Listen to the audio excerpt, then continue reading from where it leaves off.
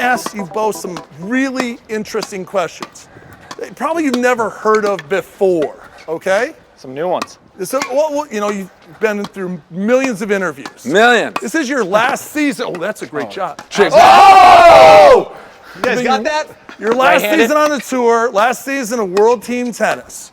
When you think of your World Team Tennis career, what's your favorite moment? Now we're talking. It I would had to say be. Sacramento. Yep. We needed to win the last match 5-1.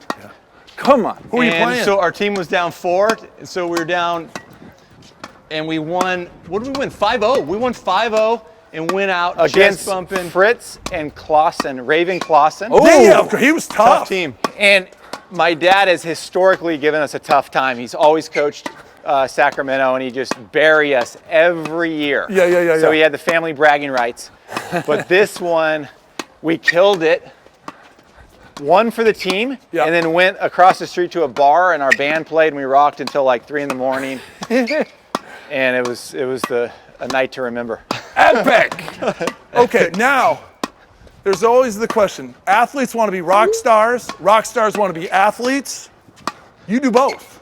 If you could wave a magic wand all over again, would you be the greatest doubles team of all time in tennis or the greatest rock band, the Beatles, the Stones? Led Zeppelin. That's a tough gig to beat. I think we'd be selling out the Staples Center and rocking all night. All night. You can't lose. Yeah. You show up, have a few drinks if you want. You know, you have to watch your sleep. Yeah. And then you got the groupies. You don't have to do cardio. You don't What- have to go what's to That's the how you that? guys gym. played, right? What's a groupie? What's a groupie? We didn't I have think, those in the 1880s. So when Murphy and I played, we got in fights all the time. What's always been amazing to me is, and I watched you so many times, I mean, whether I was calling it for TV or it didn't matter, you guys always seem to have this great chemistry. No matter what, you're always, connecting, low fives, high fives, you had all these secret signals. I mean, What was one time on the tour where you guys, I mean, the only time I saw you, there's a early round at Wimbledon, and you guys were after each other. You weren't talking, you weren't like high-fiving, but that was early 2000s. I mean, I think we might have hidden it better than you guys during our career. But I mean, there's been, we didn't think we're even about hiding it. We were I showing would say it. once a week we, On the even court. during the tournament on the court, we're saying the F word to each other. We're calling each other No. names. Yeah. We're always having bad practices. I mean, If we're mic'd up, it gets ugly. You know, you could hear everything that's going Really? under the breath. Yeah. Well, in San Jose, you caught me with a, you hit me with a racket in the jewels, right? Yeah. You got me. I went down to Just a went tip. down to the knee, and they had it on the big screen. They kept replaying on the big. yeah, he usually like goes down on one knee and like a baby. Doesn't take it like a man. No, So I mean, who starts it? You or Mike? You're depends twins. who's. You know. I mean, we know what to say to each other to get under the skin. You know, Yeah. like I What know is that? Every What- insecurity, he knows my insecurities. well, you knocked usually- me out. You knocked me out at the Aussie Open on a backcourt first round. Luckily, there's no cameras. Yeah. But I went like this to his hat because he's like, put away the overhead. No. He hit me in the back of the head. Yeah. And I had told him a With couple his months. hand, not with yeah, the well, ball. he Yeah, gave me yeah. Oh, one of okay. these, hey McFly, you know. Oh, yeah. And I told him a couple months earlier, like, if you do that, I'm gonna knock you out. We were Okay. playing a card game. Yeah. And what do you know? First round Aussie Open. 2 months later, he thought it was all forgotten, but he didn't put away his overhead or whatever. I said, "Come on, man, put your overhead away or something." And he gave me, "Hey, McFly," hit me in the back of the head, and so I swung, and I And then caught him perfect. I woke up on the ground. No And way. he dropped like a sack of potatoes. And then, he went over, was getting smelling salts. And then for like Went to the 6 doctor. months, he said he couldn't read. He had headaches, migraines. Concussion yeah, protocol. concussion. You got me That's good. amazing. So that- Load my IQ. yeah. Man. What was the toughest match you ever played? Davis Cup, Olympics, Grand Slams. I mean, we remember the losses even more than the wins because Yeah. those are the ones that hurt. Well, Wimbledon in 05, Yeah. we were the number 1 seeds and we played a qualifier team in the finals. Yeah. So on paper, it was already over. We were lifting up our first Wimbledon trophy. Yeah. We came out complacent, cocky, Yeah.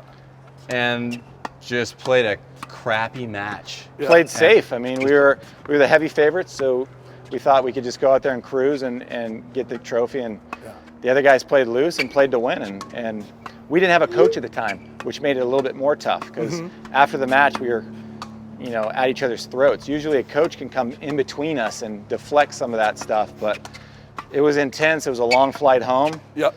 But we definitely learned from it. We came back the next year and got it done. But anytime you lose for your country, that's big, and your teammates. Yep. We got Davis Cup next week. Some of our toughest losses, the ones we remember, are losing when you got your teammates, you got staff, chef, bodyguards, stringer, coaches. Yeah. You got a team of 30 people that are relying on you to win that one match. Yeah. And if you let them down, you feel like a loser. Now, you played for the Washington Castles and Murphy coaching you. Yeah. Okay, what is that experience like? Murphy brings it. I mean, he's a great leader. He brings the juice every night. I remember someone got hurt and you actually came in there and played pretty well. Marty Fish went down. Marty Fish went down. Played dubs with We brought Leander, the coach in. Got the Did break. a couple flush ones. Then Leander chokes, and all I could, I think think about was the best coaches are the ones that have your back. Yeah. And where it comes from a place of love, and you feel like they're never gonna, give up on you if you have a bad match. And Murphy's always got his team's back, and just brings the enthusiasm, and that's why Coach of the Year for WTD. How many times? 28. Every time. 28 Every times. time. Okay, Every no, time. this is no lie. You're asking him a question. We did this thing for the 40th anniversary, World Team Tennis. And all he said was, okay, Murphy, what teams did we play for? He didn't know one. No, you knew one. You knew Kansas City. Springfield. Then when was No it? Springfield. No Springfield. The teams we played for don't even exist anymore. St. Louis. Yes, we did play for St. Louis. I played you in singles. The Aces? At St. the Louis? Aces. I think they pulled you at 4-0 and they put in Haygarth. There's a very good chance of that. There's a very good, you're probably still in high school. So what made you guys so amazing? I mean, you grow up and you want to be Grand Slam champions, and all of a sudden you're winning 1, 2, 3, Davis Cup, things start snowballing, and now the Hall of Fame's right there, and the greatest of all time is right there. What made you two more extraordinary than everybody else? I would say just the passion for the game. We actually loved doing it and playing together.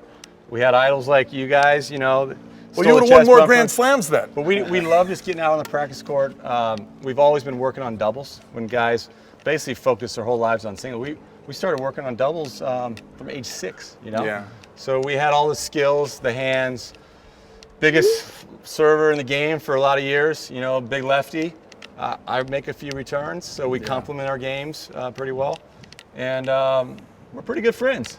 That's what it takes. Yeah, the loyalty, just being able to build on the experiences, knowing that a bad patch, he's not going to run for someone else.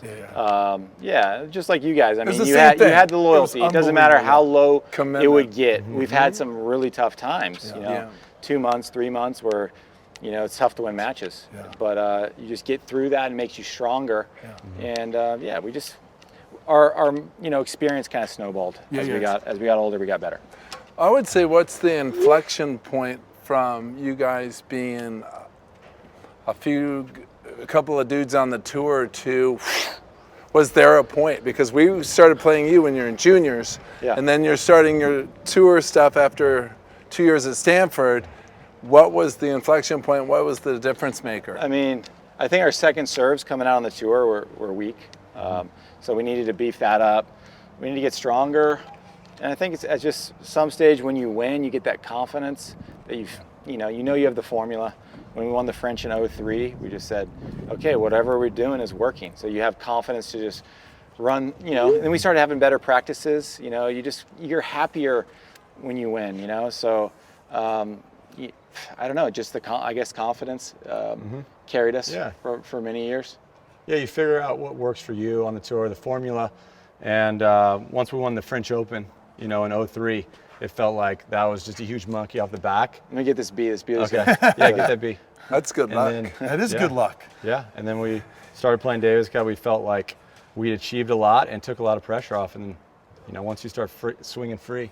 But it started with the dream. And I remember one story reading about you guys where you went to a Davis Cup And your parents brought you, Dave. So was this the court? This was, we sat right there Yeah. in, I think it was like 1984. Yeah. No, it was 89. Okay. 89. Oh, We yeah. were 11. We weren't 5 years old. Yeah. So you're 11, and you It get was front row seats. It was for Leach and Pugh. Okay. So they played the doubles against Mexico. And, Ricky Leach, as you guys know, is the Peter Pan of doubles, the best hands. And then Pugh's a big guy. Just American guys. We were rooting. We had flags all in our hair, we had tattoos, and we were just cheering like crazy, And when they came walking out to the court, we said, "Hey, Ricky, you remember us? We're the little guy." He's like, "Hey, guys, how you guys doing? And how'd you go in your tournament last week? This is before you how'd played? you do in Long Beach?" Yeah. He asked us how we did in our tournament. And we were just like, couldn't believe that he would ask us a question on the way to the court for one of his biggest matches of his life. Yeah. And we just fell in love with it. We were running around playing tag back there, and then we'd come back and watch a little bit and run around and play tag. And then, So what's it like now? From 11 years old, and this stream starts like, I want to represent our country. I want to do extraordinary things. And like a Rick Leach, a Jim Pugh, the Jensen brothers, just all these people just inspiring you. And now you're here at the end of this chapter. Yeah. I mean, have you had a time to reflect and everything? We usually don't. We just keep pushing ahead. And our coach at Stanford said, never satisfied. So we've always been shooting for the next thing. But now our last year, we're going to these places for the last time and really thinking back about how many years we've done this, what we've accomplished. And we're starting to kind of miss the tour already. Even though we're out here, it's like, oh my God. Is that extra pressure when you're playing though? Yeah, and no. I mean, we're almost 42 years old next month. I hate to say it, but maybe our expectations have come down a little bit, which has released a little bit of the tension and the pressure. We're trying to enjoy the surroundings, say our thank yous, just be appreciative of everything that's happened to us. And we're not super sentimental. Like we've always been pretty cutthroat and looking towards the next goal, the next practice, and what we're going to achieve next. So, that's probably the thing we're scared of the most when we retire is having that purpose every day and what are we going to look forward to and what are we going to work towards. So we'll find something else. So finally, I mean, here's the thing, you guys are retiring. And Murphy and I have talked about this. You guys won way too much. We only won one Grand Slam. That's why we never retired. It's awesome. So we've outlasted you guys. So as you guys are out there and retired, we'll be out there slugging it out, practicing and everything. So since we're not going to be competing anymore against one another, when was the last time we played was Cincinnati. Cincinnati, what year? 02. 02. Yeah. So, not too long ago. It's 2020, 02, a little space between that competition. Tell us, what could we build on? Give us a scouting report on the Jensen brothers. The Jensen bros. Well, first of all, you don't want to play you guys because everyone's coming to watch you guys. You guys are the show, So whoever's playing you is just a supporting act for whatever's going on. And we took a page out of your book. You guys made tennis fun. You made it a book. It was. We had a page. Yeah, we had a page. We An had acknowledgement. Jensen Brothers tattoos. We would wear the temporary tattoos. Are you serious? On our shoulders. We would catch the frisbees you guys would throw out in the matches. You guys had those cool jerseys where when you started sweating, it would show like your name in the back and the number. You guys would come out on Harleys. So like all that stuff is what made us fall in love with doubles and tennis. So when we came on the tour, we were so excited, and we were doing the chest bumps, and the veterans. We were talking about this before. The veterans like Alex or Bryan, they hated it, And I'm sure some of the guys, hated the fact that you guys were enjoying yourself and having a good time. Yeah. But I mean. But we loved you guys coming on. It was so much fun. That Cincinnati match was almost like we were handing over the torch. Like, take it, go for it. Yeah, dominate. I mean, look, And you guys almost beat us. we were like, we don't want it. We want it. No, I mean, at the end of the day, I think doubles players, when you guys retire, they're sad. You guys made doubles bigger, and I think a lot of those teams are probably going to be a little sad when we retire as well, because it takes a little bit of the spotlight away from doubles, and we've always been trying to put doubles out there. You have put doubles out and you there. guys have too. So I think we're the same in that regard. As we're always trying to make it more popular, and it's a great part of the history. So it should be always center stage. And I know you guys don't know this. You have one more? I got another one. What would you like the world of tennis or non-tennis to say about you guys and the work that you put out on the court, off the court? What do you want? I mean, You know. hopefully when we put down the sticks, they'll say we were good guys. You know, we gave back. We signed a lot of autographs like you guys, tried to grow the game. Felt like we kind of saved doubles. Right when you guys retired, we came in and lifted up doubles. It could have been lost under the shuffle. Yep. Yeah, and just had fun. I played with a passion. I think the fans loved watching us play because we were always bouncing around. And they could see how much it meant to us. Yeah. So we did it as hard as we can do it. I don't think we left anything on the table. I mean, we went to sleep at 10 o'clock every night for the last 22 years. Didn't take a sip of alcohol, so we sacrificed Just like a you, lot. Murph. Yeah. Just like Murph. Never went to Vegas. Now you're going to get the whole season. Hey, and by the way, you play the New York Empire. First match. Oh, we're gonna take Yeah, some. baby. You coaching? Oh, yeah. Is it at Forest Hills? Yeah. No, it's in downtown. We're in the Okay. Manhattan, See you Pier down there. 17. Oh, yeah. Yeah. Got Skupski and Marty Fish. Take it easy on us. Yeah, Take right. it easy. It'll be your We want that last bonus. match. Come on. Thanks, guys. Hey. All right, man. Always. Awesome. Yeah. Boom.